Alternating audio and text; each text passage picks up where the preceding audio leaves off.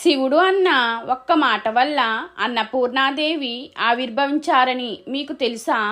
ఒకసారి శివుడు పార్వతీదేవితో ఇలా అన్నారు, ఈ ప్రపంచం మాయ మాత్రమే, అన్నీ భ్రమలే.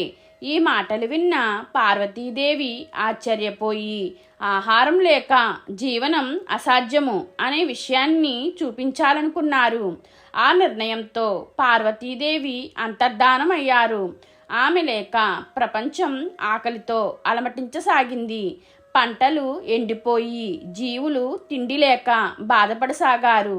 ఈ దుస్థితిని చూసిన శివుడు ఆహారం యొక్క ప్రాముఖ్యతను గ్రహించి ఆమెను సంతోషపరచడానికి వెతుక్కుంటూ వెళ్ళారు. ఆమె అన్నపూర్ణాదేవి రూపాన్ని దాల్చి తన చేతిలో కంచం మరియు గరిటెలతో ప్రత్యక్షమయ్యారు. ఆమె ప్రతి ప్రాణికి ఆహారాన్ని అందించి జీవనానికి ఆహారం ముఖ్యము అని బోధించారు. అందుకే అన్నపూర్ణాదేవి ఈ జగత్తును రక్షించే దైవమూర్తిగా నిలిచారు. మీకు ఈ వీడియో నచ్చినట్లయితే జై అన్నపూర్ణాదేవి అని కామెంట్ చేయండి.